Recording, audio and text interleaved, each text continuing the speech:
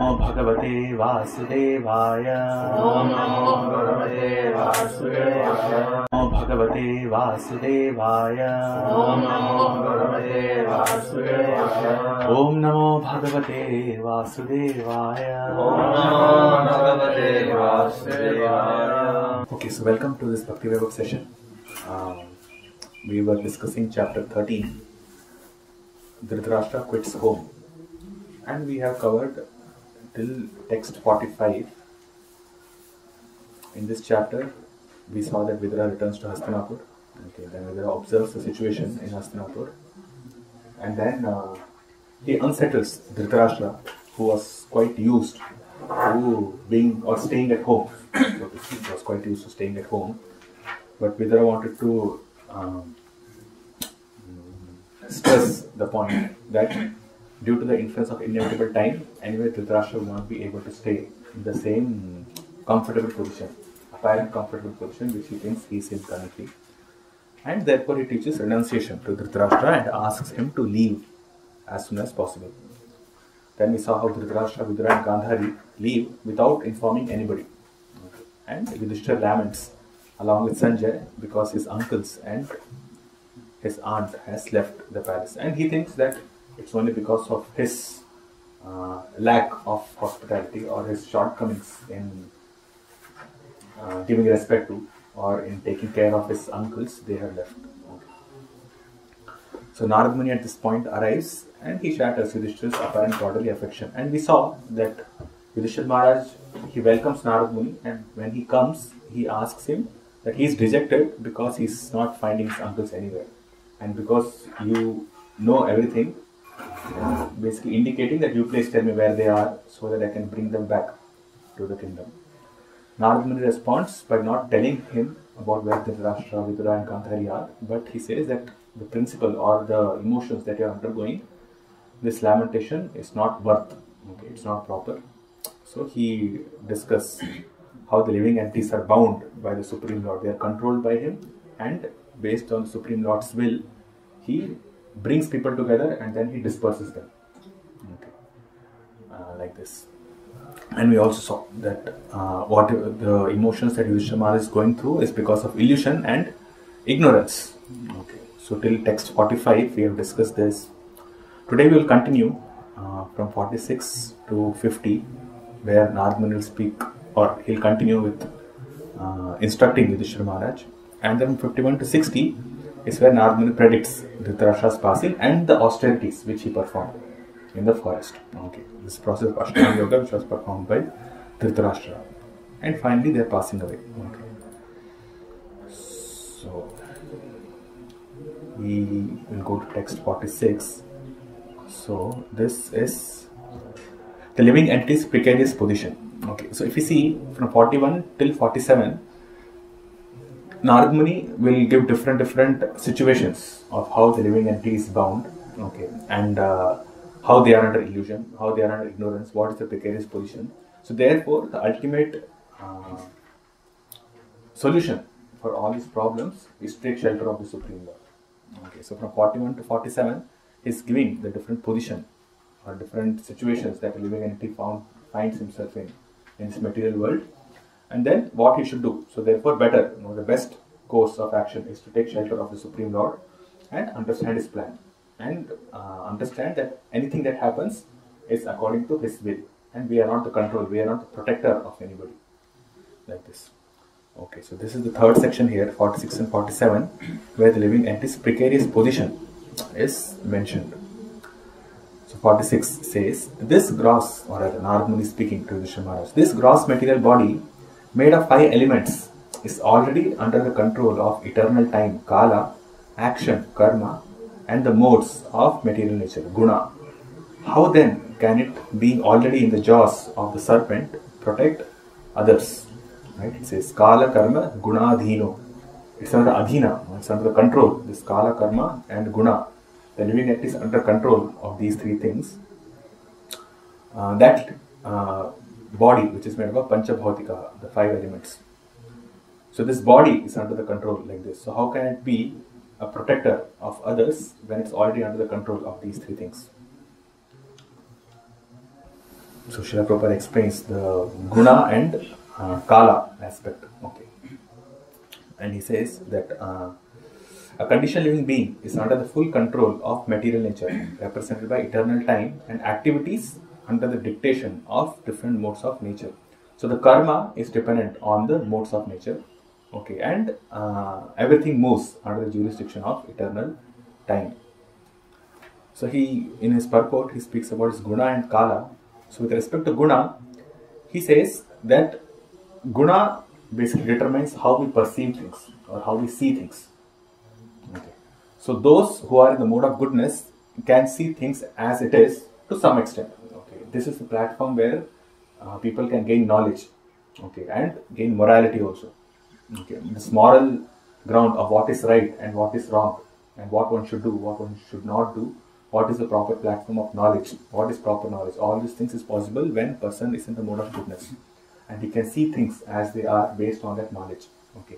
But a passionate and ignorant person cannot see things as they are. Okay. So therefore, because he is not seeing things properly, so he cannot act properly. Okay. Because he is not seeing things properly, he cannot act properly. If you know about something, then you can work with it. But if you don't even know what it is made up of, then it's not possible to work with it. Okay. So this is the point. So the passionate and ignorant cannot see. When we say even see things as they are, it is both gross as well as subtle. Okay. Gross is anyway quite easy to understand. Subtle is, you know, when they see something. See, we have discussed this before, I think. When a person sees something, it's not only the gross activity of seeing something, but it's actually how one understands the vision of a person. So, you know, this famous example is prasadam only. We have discussed this, right? So, prasadam, it looks just like a food to a conditioned soul. But for a devotee, it looks, or it is prasadam for him. Okay, it's the mercy of the Lord. But it is the same food. The same ingredients are there, you know, same masala, same, everything is the same. But the vision has changed because he has knowledge and he has understanding. He has some realization also. So the vision also changes. So passionate and ignorant people, they do not have the vision to see things properly in proper perspective. But in the mode of goodness, it is possible to cultivate that vision, to see things as they are. Okay. And kala. Above the modes of nature is eternal time. And it changes the shape of everything in the material world. Basically, literally over a period of time, the shape of everything changes. Okay. If you keep something as it is, okay, now, then after 10-15 years, when you come back, it would have deteriorated. No, its shape would have got changed.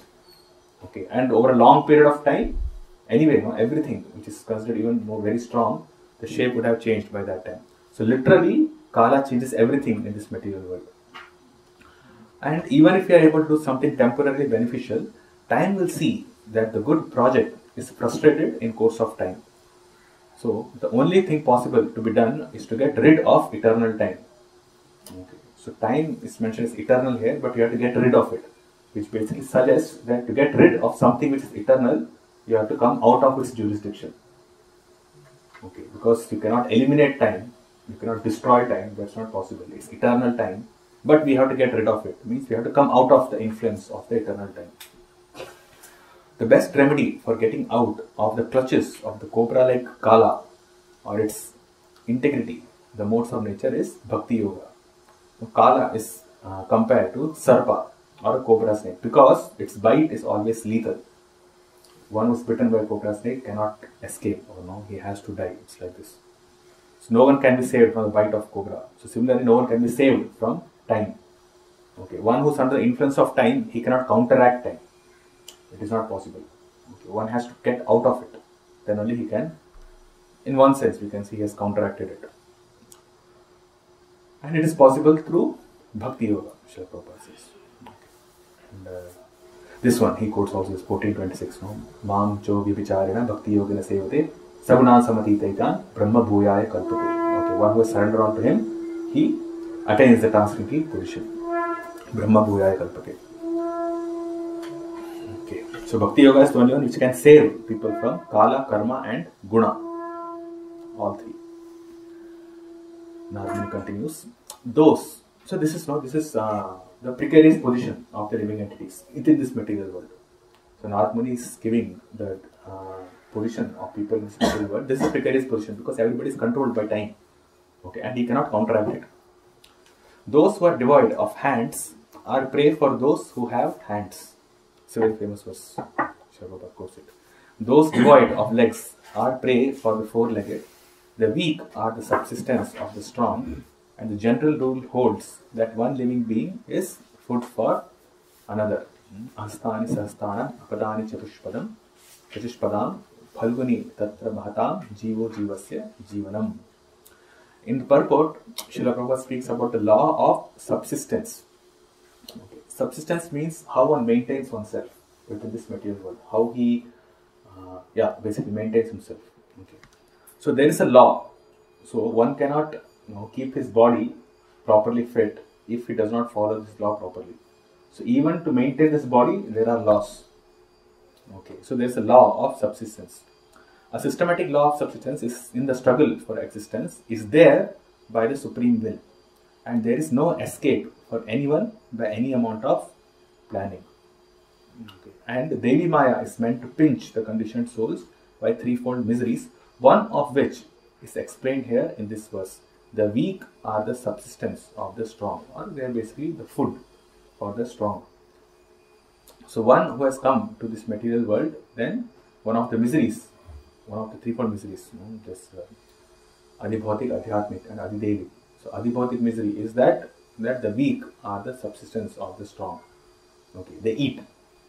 The strong animals, they eat the weak animals, and even in human society, the strong exploit the weak. Okay, and through that they feed themselves. Feed, not in a gross, they don't kill the weak and eat. Okay, human beings, although that also happens, but the basic point is that the weak are exploited. Okay, the weaks are tortured. The weak people are tortured, and then from that they gain satisfaction. They sustain themselves.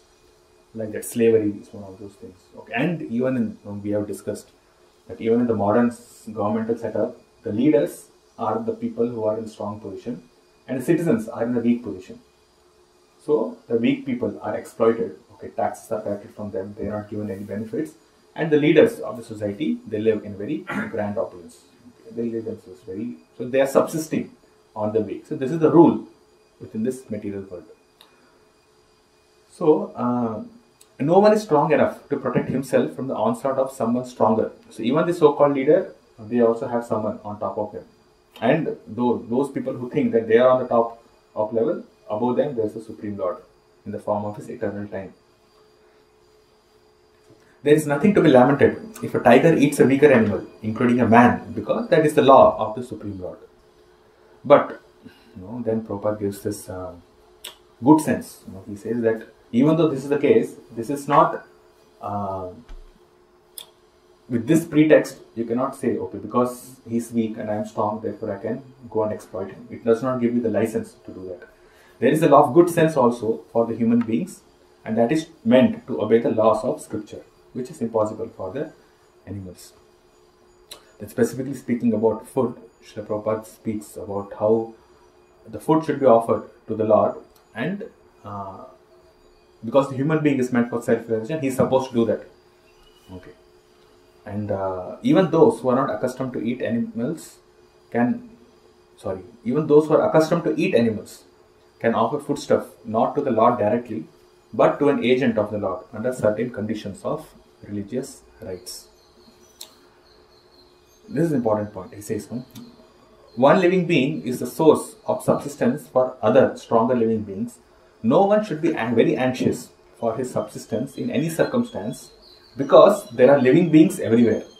Okay. Because living beings are everywhere, and one living being feeds on another living being, you'll always get the food. Okay. Because they're everywhere. And no living being starves for want of food at any place. So Maharaj Yudhishthira does not have to worry how his uncles would live. That's the point. So finally Narad Muni concludes from 48 to 50, and in text 48 he says, therefore, O king, you should look onto the Supreme Lord only, who is one without a second, and who manifests himself by different energies and is both within and without. So till this point,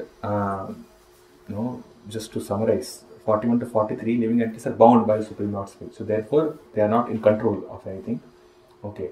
So Yudhishthira Maharaj is actually not in control of where his uncles go. Okay. He cannot control the city. It's not like because he is giving them very nice hospitality, therefore his uncles would remain here. So you don't think that you are controlling their movements. That is one thing. And by the Supreme Lord's will, people are brought together and then they are dispersed. So you were brought together with your uncles, but over a period of time, they will also leave you. And it has happened. You have already seen this in the Battle of Kurukshetra. So many friends, relatives, sons, grandsons, and your fathers, forefathers were there, but they all got separated from you. So what you are going through or what you are thinking, this lamentation is only because of illusion and ignorance. The living entities within this material world are already in a precarious position because they are influenced by Kala, Karma and Guna. Okay. And each living entity is a food for another living entity. Okay. So anyway, there is all these miseries, the threefold miseries are there in this material world. And all this is acting according to the Supreme Lord's will. So therefore, the best course of activity for everybody is to take shelter of the Supreme Lord. Okay. So you should look onto the Supreme Lord only, who is one without a second, and who manifests himself by different energies and is both within and without. Okay, so Srila Prabhupada speaks about the living entities and the Supreme Lord, and the living entities who are influenced or who are under this internal potency. Okay, and there are living entities who are under the external potency, and those who are under the external potency, they are pervertly manifested due to contamination of the material world, and therefore they experience so-called happiness and distress in the material world. But even though they experience this happiness and distress, but they do not actually affect the spirit soul. Okay, the spirit soul experiences it, okay, but it does not actually affect the spirit soul. So how does the spirit soul experience it? Because he has forgotten that his eternal position. Therefore, he thinks, the living entity thinks in illusion that he is this material nature. And because of that, he suffers. The material nature and the spirit and matter cannot mix together. Okay, they do not amalgamate. It is not possible. Spirit is always spirit, matter is always matter. It's only due to misidentification, okay, which is basically forgetfulness of the soul's eternal nature, that the living entity experiences happiness and distress. But if the living entity is situated in its proper constitutional position, then he does not undergo this happiness and suffering that arises due to the changes in the material body, both gross and subtle. So the Supreme Lord, he corrects the desiring living beings as localized Paramatma, and from without he corrects by his manifestation of the spiritual master and the revealed scripture. So the living entity who understands or who has recognized that he is suffering in this material world, then he is corrected by Paramatma within the heart and also by the spiritual master and revealed scriptures.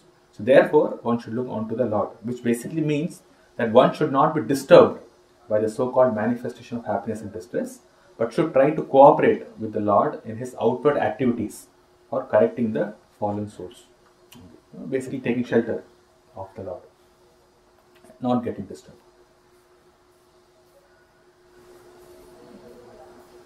To look only onto the Lord also means to execute the mission for the Lord for which the Lord has descended.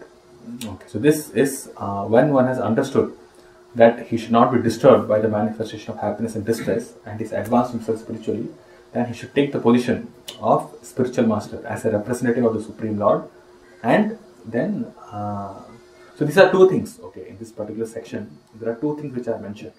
One is that he should not be disturbed by the external manifestation of happiness and distress and cooperate with the Lord in his outward activities. And another thing is that once he advances in spiritual life, then he should take the position to correct other living beings also. Okay, so one, he improves himself, Janma Sarthak Kari, and then Kara Parokar. The Upkar also has to be done. So this is, one should look onto the Lord. So following the instructions of the Lord and then fulfilling his desire also. Okay, following the instruction is when we correct ourselves. Okay, we bring ourselves to the proper platform, spiritual platform, and then one is following and one is desiring, fulfilling his desire of correcting other living entities also. Okay.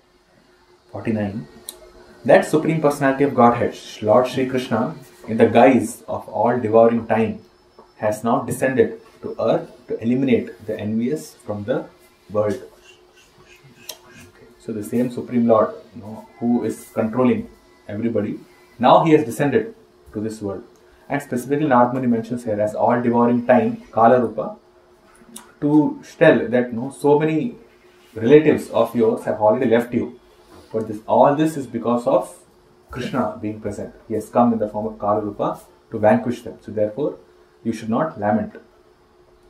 And Srila Prabhupada speaks about the Devas and Asuras. Okay. And he says, for the devotees, his factual form is disclosed.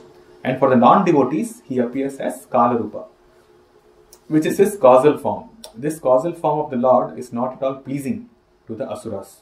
And therefore, they think of the Lord as formless in order to feel secure that they will not be vanquished by the Lord. So Kala Rupa is mentioned as the causal form, because this causal form affects changes. The effect is change. Okay, the effect is change, and Kala basically changes everything. It modifies everything. So that is the cause why this material world is manifested. Okay, it's maintained for some time and it's destroyed also. So time factor is what's taking the whole material cosmos into these three different stages: creation, maintenance, and destruction. Okay. So the causal form of the Lord is not at all pleasing to the Asuras, because they want to enjoy themselves unlimitedly for eternity. Okay. But the all devouring time, the Kala Rupa, it comes and takes away everything which they thought they possessed. But actually they did not possess anything, because it's got ultimately taken from them. So they do not like this form of the Lord, this Kala Rupa of the Lord. But the Lord manifests himself as Kala Rupa. So in illusion they think that they will remain here eternally. Great examples are there. Kamsa, Hiranyakashipu. They wanted to stay here eternally. But that's not possible. The Supreme Lord as Kala Rupa, he comes and vanquishes everything, effects the change of Kala.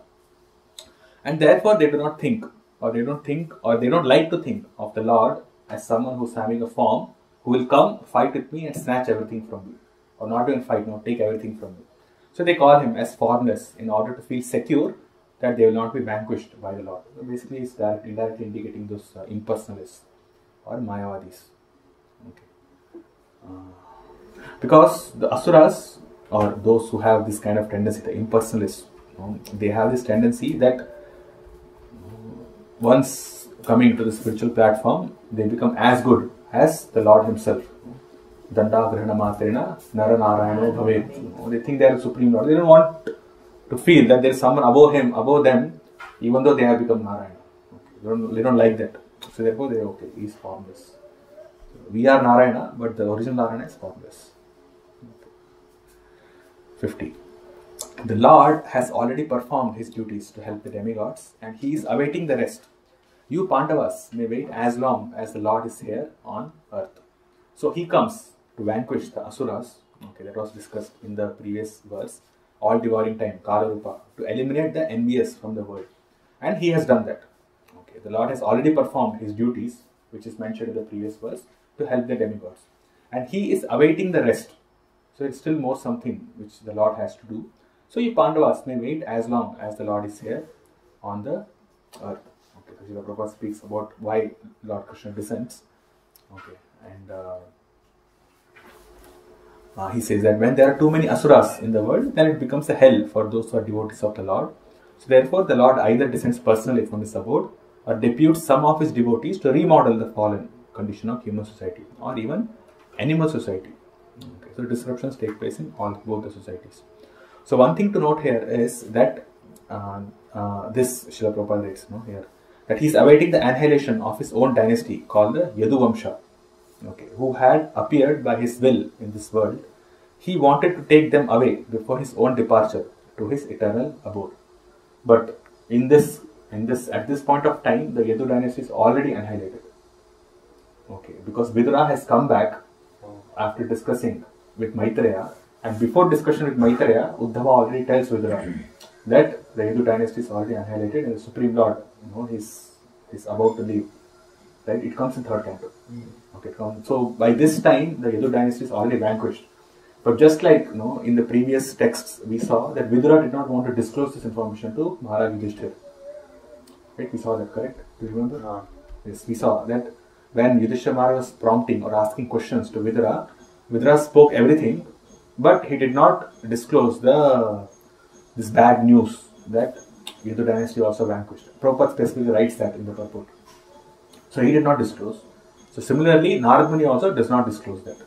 Okay, so he just says that the Supreme Lord, he has performed his duties to help the demigods and is awaiting the rest, which basically means annihilation or taking away of all the Yadu people. You Pandavas may wait as long as the Lord is here on earth. Okay, which also indicates that you will soon get to know that the Yadu dynasty is also gone, the Lord has also disappeared. So this is an indication for them also that as soon as you get this information, you should also leave. Indirectly, Narad Muni is saying this, that you wait as long as the Lord is here on the earth, which basically says that as Lord disappears, so when you get to know the Lord has disappeared, then you should also leave. Okay, this is the indication, which we'll see in the next chapter. The 14th and 15th chapter is basically,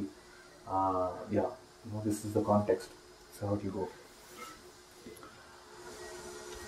Okay, so from 51 to 60, the Narad Muni, after giving all this, after shattering the illusion, the apparent bodily affection of Yudhishthira Maharaj, he gives the actual position or where Dhritarashtra and his aunt has gone to. Okay, in text 51 he says, "O king, your uncle Dhritarashtra, his brother Vidura and his wife Gandhari have gone to the southern side of the Himalaya mountains, where there are shelters of the great sages." Okay, so Prabhupada writes, to specify the mourning Maharaj Yudhishthira, Narada first of all spoke from the philosophical point of view. Okay, just to pacify him, to give him the proper perspective, to give him the proper vision, how Maharaj Yudhishthira should see the whole situation. Okay, he gave him the vision, and then he satisfies him by answering the actual question of where his uncles and aunt has been. Then he began to describe the future movements of his uncle, which he could see by his foreseeing powers. Okay, thus he spoke as follows. The place is called Sapta Srota, divided by 7, because there the waters of the sacred Ganges were divided into 7 branches. This was done for the satisfaction of the 7 great rishis. Okay. On the banks of Sapta Srota, Dhritarashtra is now engaged in beginning Ashtanga Yoga by bathing 3 times daily, in the morning, noon and evening, by performing the Agnihotra sacrifice with fire and by drinking only water. This helps one control the mind and the senses and frees one completely from thoughts of familial affection. Okay, so from this 53 to 56, it explains the process which Dhritarashtra performed. Okay, so what he did is he started Ashtanga Yoga by taking bath 3 times daily. Okay, he performed Agnihotra sacrifice and he was subsisting only on water. He did not take any solid food. Okay, and this processes help one control the mind and the senses and frees one completely from thoughts of familial affection. So, Yudhishthira Maharaj is affected. He not affected, but he is concerned about Dhritarashtra because of family affection. But Narad Muni is saying that you should not be, because he is taken up the process which will completely eliminate all his familial affection. So you should not be concerned about Dhritarashtra because he is detached completely. Okay, so you should not be concerned about him anymore. Okay, so Srila Prabhupada, he speaks that yoga system is a mechanical way to control the senses and the mind. Okay, because it depends on the external activities that one performs. Ashtanga Yoga is yama, niyama, then asana, pranayam, pratyahara, dhyan, dharana, samadhi. So it starts from the gross activity and then gradually it leads to the subtle activity. So therefore it's mechanical. Okay, therefore it's mechanical. So it's it's like a ascending process. From what we have, we try to elevate ourselves to the spiritual platform. Okay, but if one gains bhakti yoga, that comes from the topmost. It's a descending process. We take instruction from spiritual master. We then accept it within a subtle body, within the mind and intelligence, and then we perform our devotional service through our gross body. So it's upside down, or rather, from up to down, not from down to up. So therefore, this yoga system is a mechanical way because it starts from doing physical activities, taking bath 3 times a day, performing Agnihotra sacrifice, subsisting only on water. Okay, all these things, these gross activities will help in controlling the subtle mind. Okay. So then the basic goal is to free the mind from material objectives. The yoga system helps one to become free from all these illusory thoughts and gradually turn the mind towards the absolute person, Paramatma. Modern so-called yogis and yoga systems manifest some magical feats, and ignorant persons are attracted by such false teachings, or they accept the yoga system as a cheap healing process for diseases of the gross body. But factually, the yoga system is the process of learning to forget what we have acquired throughout the struggle for existence. So Srila Prabhupada makes his point that yoga is basically to detach oneself from material objects, from Vishaya. But in modern system or modern so-called society, the yoga systems or the yoga processes which are followed, it is basically for increasing one's bodily strength, okay, for making one's senses so strong so that he can engage in sense gratification how much ever as he wants, okay, like this. So this drags one from heaven to hell. And Narada is just foretelling the way of spiritual progress in a place which was sanctified by the flow of the celestial Ganges. Right. Drinking water only without solid food is also considered as fasting. So that also Srila Prabhupada mentions. And he says that one who cannot control his tongue first can hardly become a yogi. Yogi and bhogi are two opposite terms. And then he speaks about bhogi. So bhogi and yogi, opposite terms. Bhogi is one who is completely engaged in sense gratification, and yogi is one who is not at all engaged in sense gratification. But the modern yoga system, they try to bring these two together.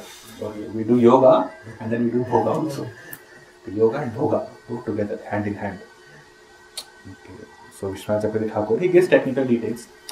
He says there are niyamas like bathing, sacrifice and taking water as food. The yamas are calming the mind and destroying attachments. Asana, pranayama, pratyahara are described in the third line of this text, and dharana and dhyana are described in the last line.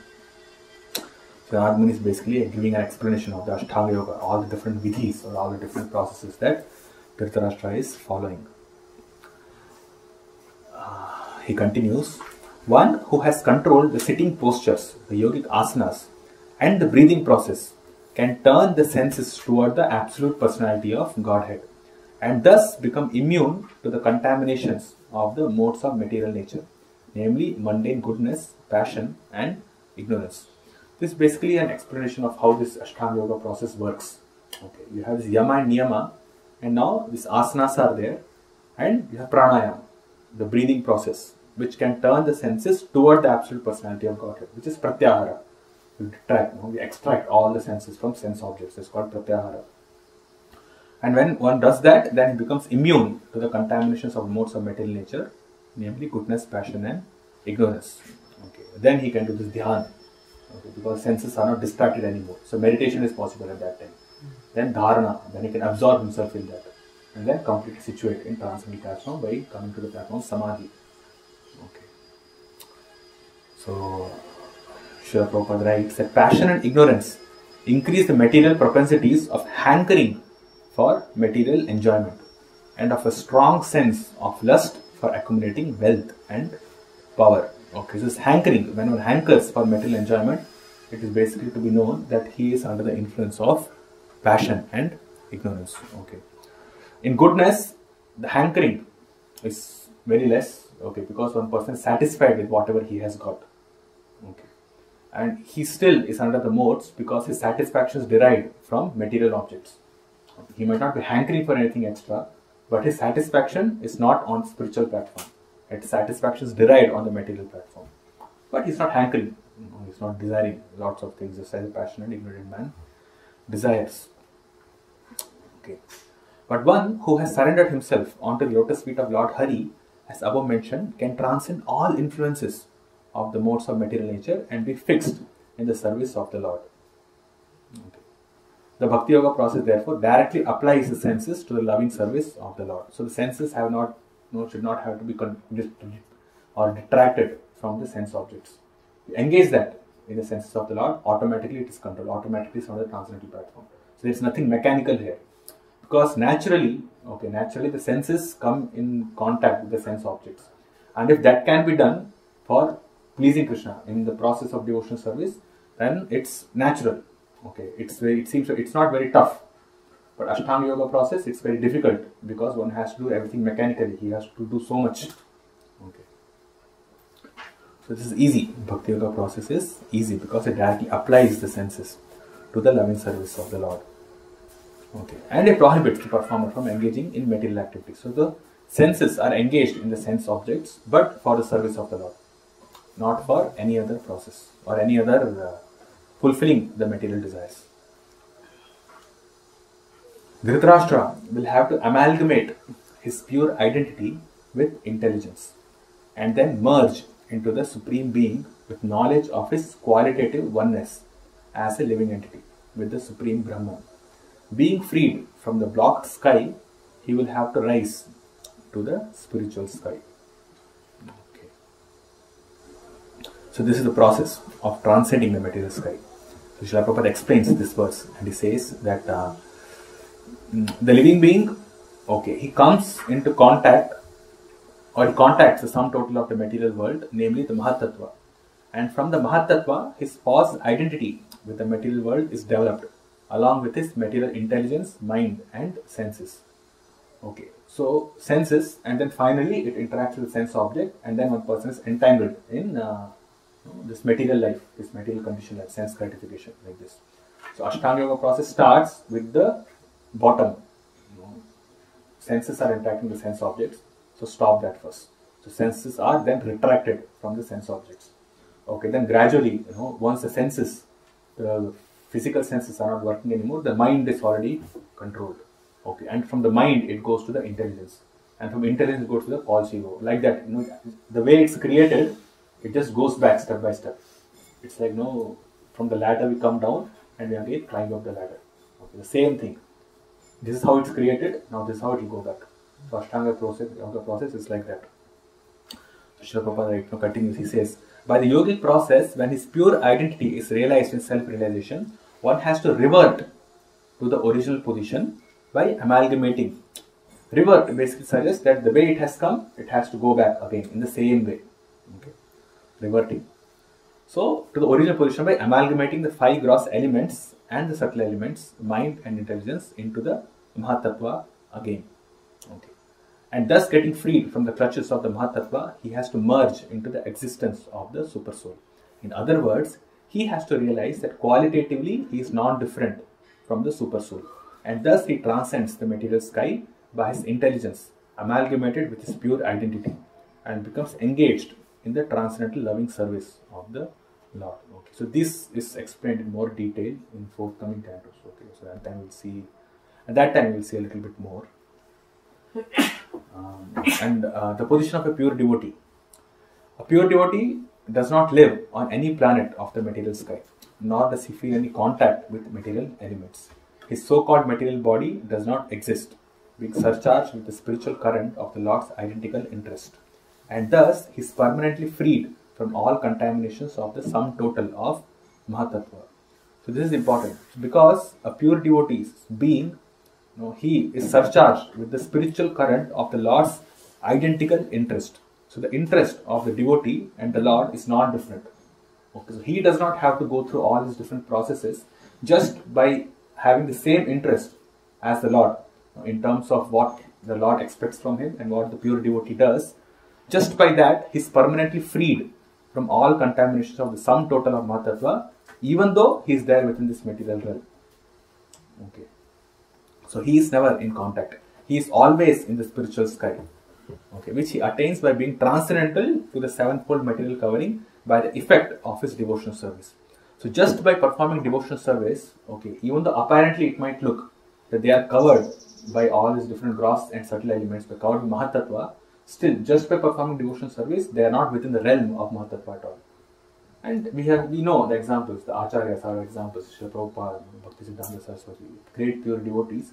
When they descend to this material world, they are not influenced. We cannot say that, or not we cannot say, but actually they are not influenced by this Mahatattva, or they are not covered by Mahatattva, by the strength of their devotional service, by the pure devotion itself. They are already beyond, even though it might seem that they are within this material realm. Okay. Whereas an Ashtanga yogi, okay, he has to understand that he is within this material attachment, okay, and then he has to gradually perform different physical activities, then take it to subtle, then to the spiritual level. Text 56. He will have to suspend, this Dhritarashtra will have to suspend all the actions of the senses, even from the outside, and will have to be impervious to interactions of the senses, which are influenced by the modes of material nature. After renouncing all material duties, he must become immovably established beyond all sources of hindrances on the path. Okay. So right now, he's following this Ashtanga process. So he is taking bath 3 times a day. Okay, and then he's subsisting only on water. He's performing Agnihotra sacrifices, but he will have to suspend all actions of the senses, even from outside. So finally, once he has reached a particular stage, he will have to stop those activities also.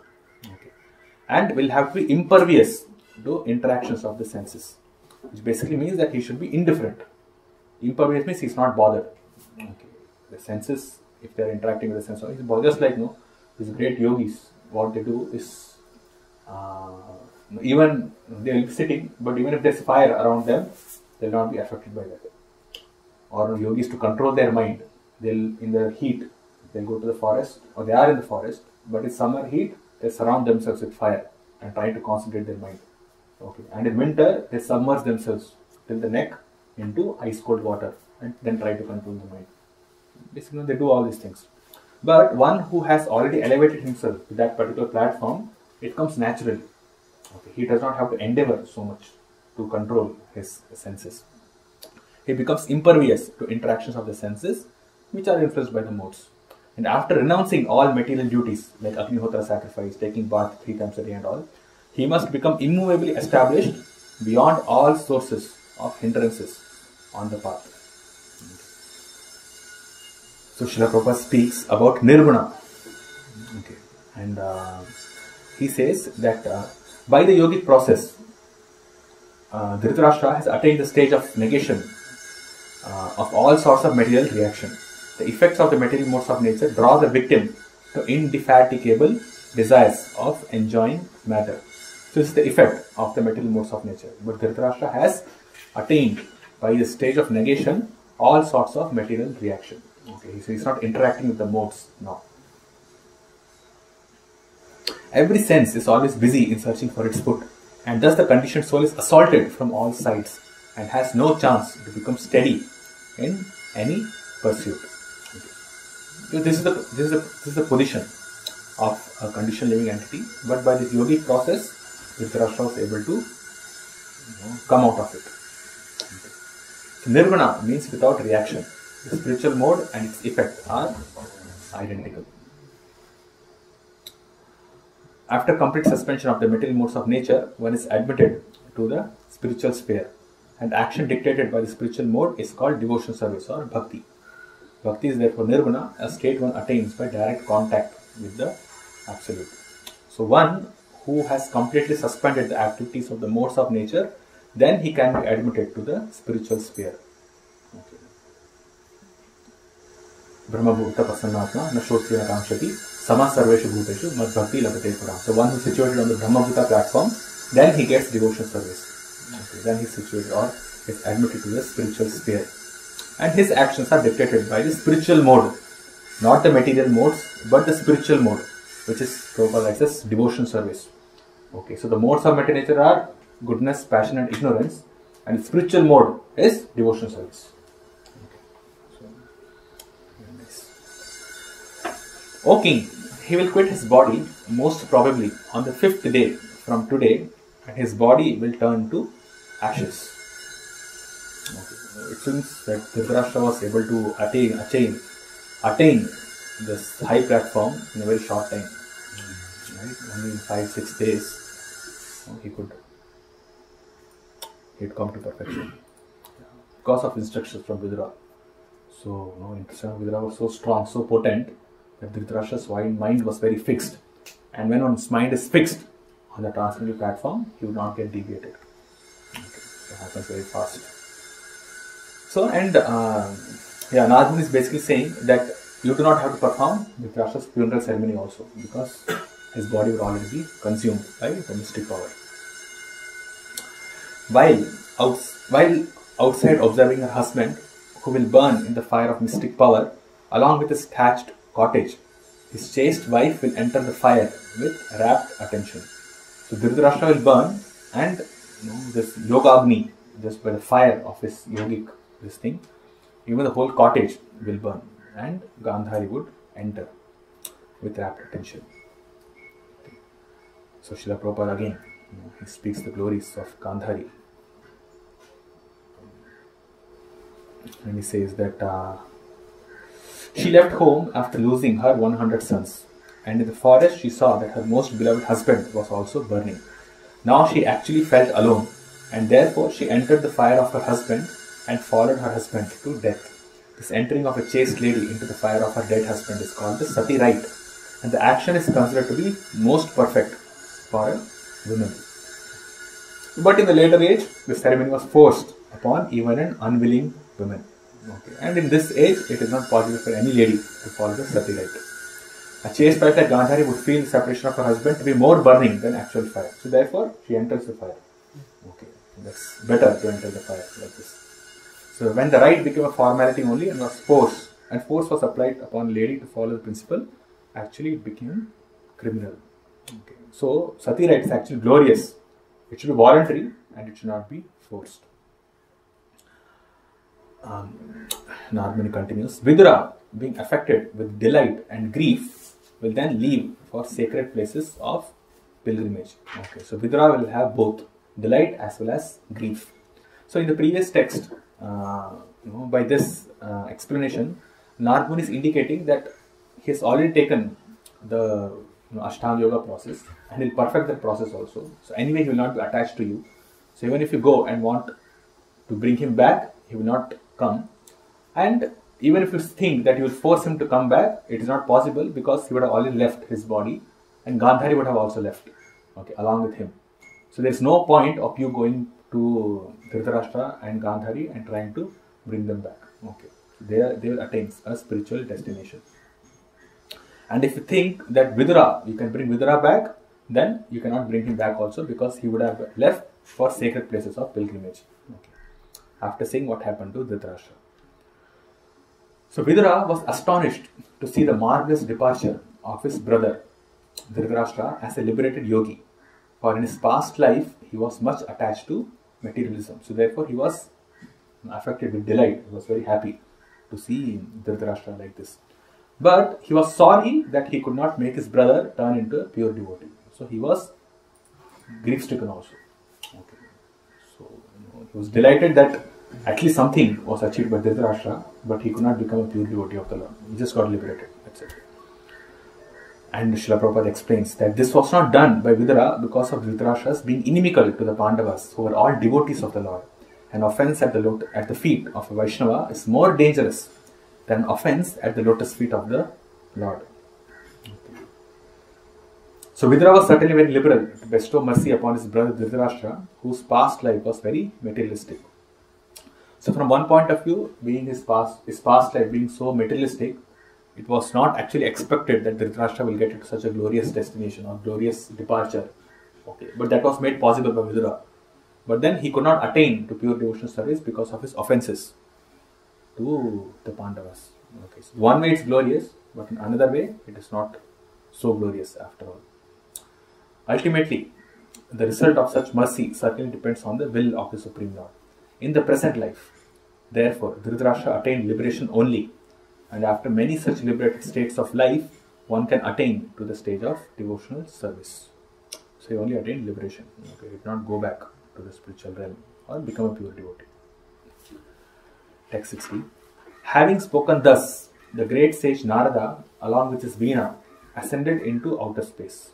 Yudhishthira kept his instruction in his heart, and so was able to get rid of all lamentations. One should therefore try to follow in the footsteps of Narada Muni and not make a futile effort to reach other planets by mechanical means. It's mentioned that Narada ascended to the outer space. So Prabhupada writes about this. Maharaj Yudhishthira was a pious king and therefore he could see Narad Muni occasionally. Anyone who desires to see Narad Muni must first become pious by following in the footsteps of Narad Muni. Okay. So one who becomes pious or one who is serious in devotional service, who has elevated devotional service, he can see the great Acharyas also. Okay. So thus sent the Bhaktivedanta purports of the first canto, 13th chapter of Srimad Bhagavatam, entitled Dhritarashtra Quits Home. Okay, so we finished the 13th chapter.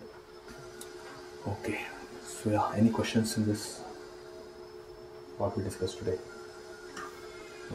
Okay. Fine. Srimad Bhagavatam ki, Srila Prabhupada ki, Gaur Prema.